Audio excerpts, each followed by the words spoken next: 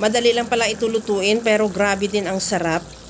Maglagay ako ng mantika sa kawali, painitin at igisa ko na yung bawang, luya. Ihalo lang hanggang sa maglabas ng aroma.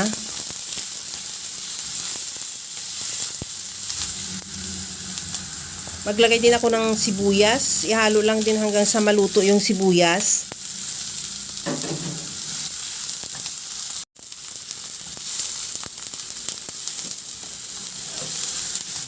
Okay na tong ating aromatic spices. Ilagay ko na rin yung chicken feet. Ihalo lang din hanggang sa mag-iba na ang kulay. Habang ginagawa ko yan mga kalasa, kung bago ka pa lang sa aking channel, welcome. At huwag kalimutan mag-subscribe at i-click ang bell button para sa mga notification. At kung dati ka pa, welcome back at i-follow mo na rin ako sa aking Facebook page Lasang Pilipina.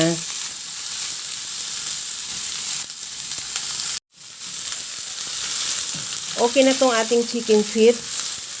Timplahan ko na rin yan ng asin at paminta.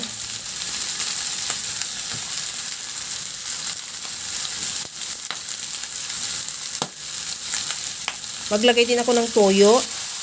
Lagyan ko na rin ng oyster sauce. Ihalo lang din hanggang sa mag-reduce lang din yung toyo at oyster sauce.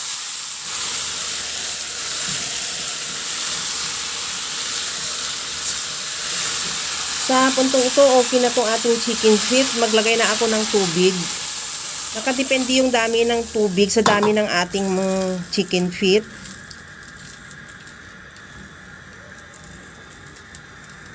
At takpan ko yan hanggang sa maglambot o maluto. Timplahan ko ng asukal at lagyan ko na rin ng ketchup.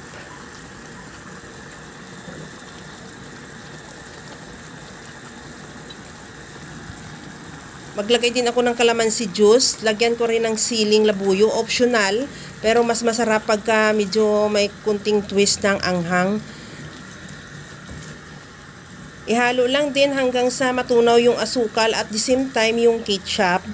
Pagkatapos niyan, takpan ko muna ulit hanggang sa totally talaga na mag-reduce yung sabaw o talagang maglambot na yung ating chicken feet.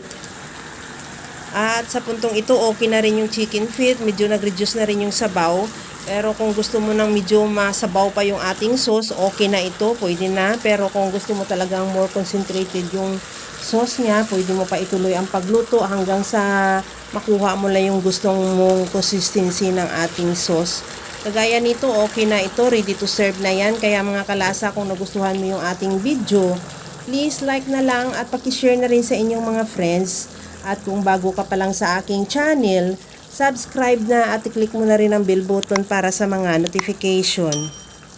Okay na tong ating chicken feet in barbecue sauce. Hanguin na lang natin at ready to serve na. Hanggang sa muli mga kalasa. Thank you for watching. Bye-bye!